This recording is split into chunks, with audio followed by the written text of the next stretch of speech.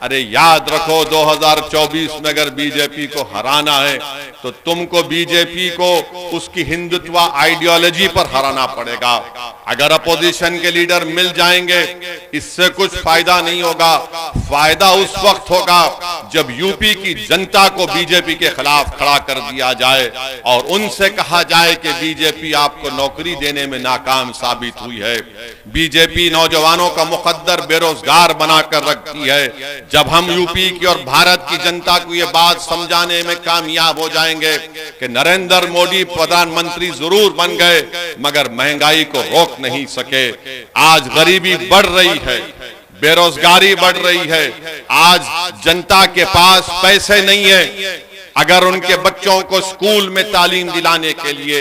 आज गरीब इतना परेशान है करके घर में अगर कोई बीमार पड़ जाता है तो उसको कर्जे लेकर अपने दोस्त या अपने रिश्तेदारों का इलाज करना पड़ता है। ये सब के सब जिम्मेदार बीजेपी के प्रधानमंत्री, देश के प्रधानमंत्री और उत्तर प्रदेश के मुख्यमंत्री का मामला रहा है। आज अब उत्तर प्रदेश के मुख्यमंत्री से पूछिए कि आपने उत्तर प्रदेश में क्या विकास किया तो बोलेंगे मैंने बुलडोजर मासूम लोगों के घर पर चढ़ा दिए। उनसे आप पूछिए कि तुमने कौन सा विकास किया तो बोलेंगे मैंने माफिया को खत्म कर दिया।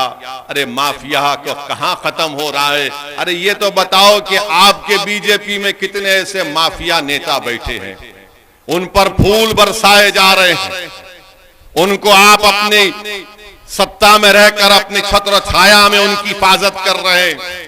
और जो कोर्ट से मुल्जिम करार दिया जाता, जिसके हाथ में जंजीरें होती है, तो पुलिस की मौजूदगी में उनको लोग आकर उनके सर पर गोलियां चलाकर उनकी हत्या करके चली जाती हैं और मुख्यमंत्री बोलते हैं कि मैंने माफिया को मार दिया। मुख्यमंत्री आपकी पुलिस है, उत्तर प्रदेश की पुलिस की कस्टडी में 2 प्रिजनर्स हैं और उनको आकर सर पर गोलियां मारकर, और मारने वाले पूरी तैयारी के साथ आए थे, मारकर हथियार फेंककर पुकारते हैं सरेंडर सरेंडर और जेएसआर का नारा। मैं उन पुलिस वालों से मेरा एक सवाल है, अगर वो जेएसआर का नारा नहीं लगाते और तकबीर बोलते तो निकाल कर उनको वहीं भून देते थे। ये कौन सा आपका इंसाफ है बताओ आप? और मुख्यमंत्री बोलते गोली का जवाब गोली से देंगे, तो वहां पर क्या हो रहा था? गोली का जवाब जबान से भी नहीं दे पा रहे थे। आपकी कस्टडी में किसी की हत्या हो जाती, छोड़ दिए थोड़ी देर के लिए, उन मुल्जिमिन का नाम अतीक और अशरफ था, मगर आपकी कस्टडी में थे, आपने उनको नहीं बचा पाए और आप बड़े बड़े बुलंद बांग दावे कर रहे हैं हम ऐसा कर देंगे। अरे तुम्हारी कस्टडी में जो प्रिजनर है तुम उसको नहीं बचा पाए। और मैं कह रहा हूं कि एनकाउंटर चाहे किसी समुदाय का हो, उसका नाम कुछ भी हो, एनकाउंटर से लोकतंत्र कमजोर होता है। एनकाउंटर से लोगों का विश्वास लोकतंत्र में, जमहूरियत में कम होता है। एनकाउंटर से कोर्ट जो कानून और इंसाफ के ऊपर अगर कोई इंसाफ करना है तो कोर्ट का काम है। जनता का एतमाद कोर्ट से कम हो जाएगा, जनता का एतमाद पुलिस से कम हो जाएगा, क्योंकि अगर कोई सत्ता में बैठकर ये तय करेगा कि कोर्ट फैसला नहीं देगा, मैं गोली से इंसाफ करूंगा, तो जमहूरियत खत्म हो जाएगी। लोकतंत्र को अगर मजबूत करना है तो गोली से नहीं, कोर्ट से इंसाफ करना चाहिए। आखिर वो कौन लोग हैं? मैं फिर से पूछ रहा हूं उत्तर प्रदेश के मुख्यमंत्री से कि जिन लोगों ने इलाहाबाद की सरजमीन पर उन दोनों को गोली मारी, आखिर वो कौन लोग हैं कि उनके एक जो जिसने गोली मारी उसके घर पर झोपड़ी में रहती है उसकी मां, आखिर कैसे उसके पास 8-8 लाख के 2 वेपन आए 16 लाख के? क्या इनको पैसा पाकिस्तान से आया? योगी आदित्यनाथ बताओ हमको, क्या आईएसआई ने उनको पैसा दिया था? क्या ये लश्कर तैयबा के एजेंट थे या नाथूराम गोडसे की नाजायज औलाद थी? या तो हाफिज सईद की नाजायज औलाद या फिर गोडसे की नाजायज औलाद हो सकती है। ये मुख्यमंत्री बोलते नहीं है कि कौन है, कौन उनके पीछे है, कि कौन उनको वो 8-8 लाख की एक रिवॉल्वर दिया सेमी ऑटोमेटिक। कहां से हथियार इनको आए कोई सब भूल गए। मीडिया वाले 3 दिन 4 दिन तक खूब चलाए, उसके बाद बाबा के राज में जो हो रहा वो खामोश बैठ गए, बोले महाराज का मामला है। अरे ये तो दिखाते कि भाई कहां से वो रिवॉल्वर आई, 8-8 लाख के 2-2 वेपन, 16 लाख की वेपन। अच्छा आप ये बात समझो, हम यहां पर दासना को क्यों आए? एक तो हाजी आरिफ, हम उनको बहुत मोहब्बत करते, बहुत चाहते उनको।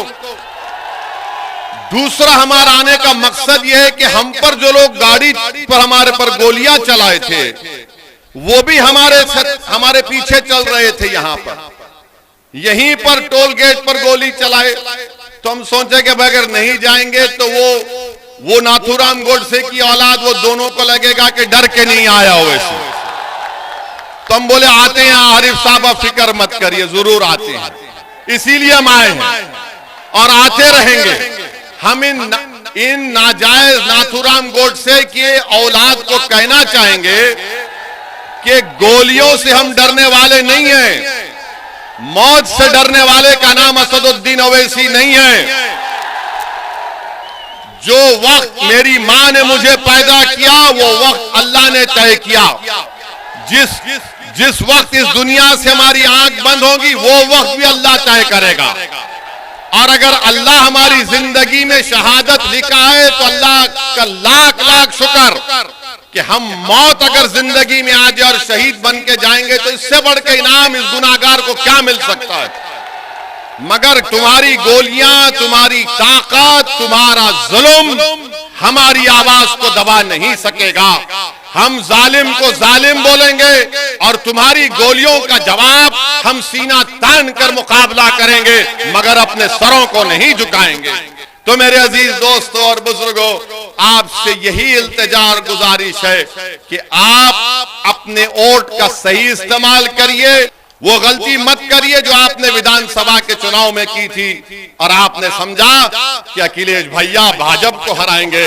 अखिलेश भैया नहीं कर सकते, वो बेचारे गम के पैंडल साइकिल पर मार रहे हैं, गम के पैंडल साइकिल पर मार रहे हैं। रहा सवाल उत्तर प्रदेश के मुख्यमंत्री का, मैं फिर से कह रहा हूं कि आप धर्म गुरु भी हैं, आप योगी भी हैं और आप एक नेता भी हैं। क्या आपको ये जेब देता था कि असेंबली में खड़े होकर आप बोलते कि हम मिट्टी में मिला देंगे? देश के सबसे बड़े प्रदेश के मुख्यमंत्री हैं और अखिलेश यादव को बोलकर कह रहे हैं कि मिट्टी में मिला देंगे। हाँ, अगर आप बोलते अखिलेश यादव तुम्हारी पार्टी को मिट्टी में मिला दूंगा तो हम भी बोलते आमीन। मगर किसी व्यक्ति को मिट्टी में नहीं मिला सकते आप, चाहे वो किसी समुदाय का हो। जो ऊंचे पद पर बैठता है उसकी जबान से इस तरह के अल्फाज निकलना, और ऊपर से उत्तर प्रदेश के मुख्यमंत्री और उनके अतराफ के दोस्त और खास तौर से उनके जो समुदाय है वो कहता है कि 2029 में बाबा दिल्ली जा रहे हैं। तो भाई ख्वाब देखने में कोई बुराई नहीं है, आप ख्वाब देखिए, मगर अगर आप ये देख रहे हैं कि दिल्ली जाऊंगा तो फिर इस तरह के अल्फाज अगर आप इस्तेमाल करेंगे तो जिंदगी भर वो वीडियो लोग दिखाते रहेंगे कि वो शख्स है जिसने विधानसभा में खड़े होकर इस तरह की वाहियात बात की। तो मेरे अजीज दोस्तों और बुजुर्गों, जो बड़ा बड़ा नरेंद्र मोदी आजकल बोलते हैं पसमानदा मुसलमान, पसमानदा मुसलमान, हम भारत के प्रधानमंत्री से और उत्तर प्रदेश के मुख्यमंत्री से पूछना चाहते हैं, क्या यह सच नहीं है कि हायर एजुकेशन में सबसे कम अगर कोई है तो मुसलमान है, सबसे कम मुसलमान है। और नरेंद्र मोदी और बीजेपी आरएसएस रोज बाजा बजाती पसमानदा मुसलमान, पसमानदा मुसलमान। अरे तुम बाजा बजा रहे तो कुछ तो करो।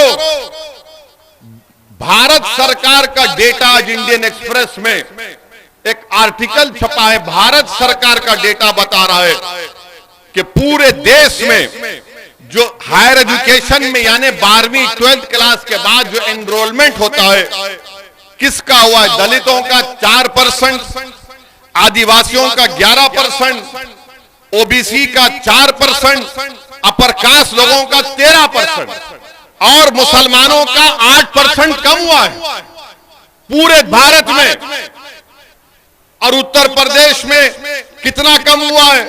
उत्तर प्रदेश में अल्पसंख्यक समाज मुसलमान की आबादी 20% है और कितने मुसलमान समाज के हायर एजुकेशन में पढ़ रहे? 4.5%।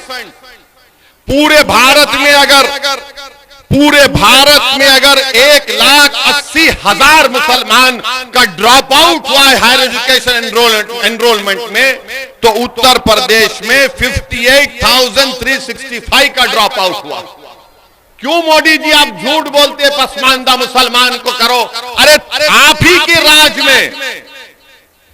के राज में इतने बुरे दिन आ गए कि 58,000 मुस्लिम बच्चे और बच्चियां हायर एजुकेशन से उत्तर प्रदेश में निकल जाती हैं। सिर्फ 4% हायर एजुकेशन में। क्यों है? क्योंकि मोदी जी ने फेलोशिप को खत्म कर दिया मौलाना आजाद की, क्योंकि एनकाउंटर के नाम पर डर फैला दिया जाता है, डराया जाता है तो लोग डरते हैं, नौकरी नहीं मिलती, जब पढ़ेंगे नहीं तो नौकरी नहीं मिलती। बल्कि पीएलएफएस का डेटा है कि अगर किसी का नाम मुसलमान है और किसी का नाम दलित है, आदिवासी है और पंडित है तो सबको इंटरव्यू का कॉल आता है। किसको नहीं आता? मुसलमान को नहीं आता। ये सच्चाई को बयान कर रहा हूं। और ये समाजवादी कांग्रेस के लोग ओवैसी भड़काऊ भाषण देता। अरे मेरा भड़काऊ भाषण नहीं होता है, मैं सच्चाई को बयान कर रहा हूं, डेटा की बुनियाद पर बयान कर रहा हूं। तुम सच्चाई को कबूल नहीं करना चाहते। एक तो भारत के प्रधानमंत्री और उनकी पार्टी बोलती सबका साथ, सबका विकास, सबका विश्वास। कहां का सबका साथ हो रहा है? उत्तर प्रदेश में जहां से प्रधानमंत्री एमपी हैं, उस प्रदेश में 58,365 मुसलमान हायर एजुकेशन में ड्रॉप आउट है। क्यों आपने स्कॉलरशिप नहीं देते? और बोले जाते हैं। और फिर अखिलेश यादव, बहुजन समाज, ये कांग्रेस नहीं ओवैसी वोट काटता है। अरे इसमें क्या है बताओ? तुम मुंह क्यों नहीं खोलते इसके बारे में? एनकाउंटर हुआ तो मुंह नहीं खोलते। मगर मेरे अजीज दोस्तों और बुजुर्गों, इसीलिए हम आपसे कह रहे हैं कि आपको अपने जमीन से अपने नेता को बनाना। मैं दासना को आया, यूपी को आया और आता रहूंगा। आप जो फैसला लो मैं तो आता रहूंगा। अगर आप इसको कहेंगे कि ये एक तरफा मोहब्बत है तो यकीनन एक तरफा मोहब्बत है। मैं आपसे कुछ नहीं चाहता हूं, मैं सिर्फ ये चाहता हूं कि आप एक सियासी ताकत बनिए, अपनी एक सियासी आवाज को मजबूत बनाइए। याद रखो, आसमानों से कोई उतर कर आने वाला नहीं है, जमीन से आपको अपना नेता बनाना पड़ेगा। मैं अपने आप को नेता बनाने नहीं आया हूं। मैं चाहता हूं कि आपकी आवाज, आपकी वोट की ताकत और अहमियत बने। आप बताओ कि क्या हो रहा है उत्तर प्रदेश में। अब तो महिलाओं को लेडी डॉन मीडिया लिखती है, महिलाओं को दिखाकर मीडिया दिखाता है लेडी डॉन। अब वो दिन दूर नहीं है कि जब एक 12 साल के बच्चे को बताया कि कहा जाएगा ये बच्चा डॉन, महिला डॉन, बच्चा डॉन। अब वो दिन भी दूर नहीं है कि अगर किसी का बच्चा अपनी मां के कोख से पैदा हुआ तो ये रोता हुआ बच्चा बड़ा होकर डॉन बनेगा। मीडिया को रोटी सेकना है। और भारत के प्रधानमंत्री तो माशाल्लाह उसमें तेल डालने का काम करते हैं। केरल में एक पिक्चर रिलीज हुई और उसके ऊपर प्रधानमंत्री कह रहे हैं भाइयों बहनों पिक्चर देखो। अरे देश के प्रधानमंत्री हैं आप या कोई पिक्चर के प्रमोटर हैं आप? मानता हूं कि भारत के प्रधानमंत्री की तरह कोई एक्टिंग नहीं कर सकता। अखिलेश भी कोशिश कर रहे हैं मगर फ्लॉप हो रहे हैं। वो कांग्रेस के नेता जो पूरा देश फिरे वो भी कोशिश किए मगर इनकी एक्टिंग के सामने सब फ्लॉप हो रहे हैं। मैं तो समझता हूं कि दुनिया के जितने फिल्म स्टार हैं वो खुश होते हैं कि भाई वो इसको यहीं रखो, यहां आ गया तो हमारी दुकान बंद। आप भारत के प्रधानमंत्री रहकर बोलते हैं पिक्चर देखो। भारत के प्रधानमंत्री, आप नहीं जानते क्या? मैं आपको हिस्ट्री, तारीख बता रहा हूं। हिटलर ने 70 लाख यहूदियों को खत्म किया था। 70 लाख यहूदियों को हिटलर ने खत्म किया था। कैसे खत्म किया था? इसने अपने दौर में कहा था कि यहूदियों के खिलाफ गाली गलौज करो, हेट स्पीच दो, कि ये जर्मनी से मोहब्बत नहीं रखते, ये आर्यन रेस से नहीं है, ये जर्मनी के गद्दार हैं। फिर हिटलर ने क्या किया? पिक्चर बनाना शुरू किया। 1940 में हिटलर ने पहली पिक्चर बनाई थी यहूदियों के खिलाफ। उसका जर्मन लैंग्वेज से अगर ट्रांसलेशन तर्जुमा करेंगे तो उसका पिक्चर का नाम था द इटर्नल जू। उसमें क्या दिखाया गया? ये यहूदी जर्मनी के गद्दार हैं, ये जर्मनी के अंदर घर के दुश्मन हैं। देश के प्रधानमंत्री, जर्मनी की तारीख आपके सामने है, जर्मनी की तारीख आपके सामने है, उसको आप नजर रखो। आप जिस देश को, ये बहुत बड़ा देश है, इस देश की खूबसूरती, इसका कल्चर है, इसका मजहब है, इसकी जबानें हैं, वो पिक्चर को दिखा रहे। अरे वो पिक्चर बनाने वाला कितना कमजर्फ है। पहले कहा कि 32,000 महिला आईसीस में चले गई। जब कोर्ट में केस गया तो कहा कि सिर्फ तीन। अरे वो गई तो तुम क्या पिक्चर बनाकर पूरे बुर्खा पोश खवातीन को बदनाम करोगे?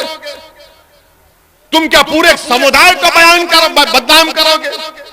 और भारत में जितने मुसलमानों के मजहबी तंजीमें हैं, उन सब ने आईसिस के खिलाफ फतवा दिया, कहा ये दहशतगर्द है, आतंकवादी हैं।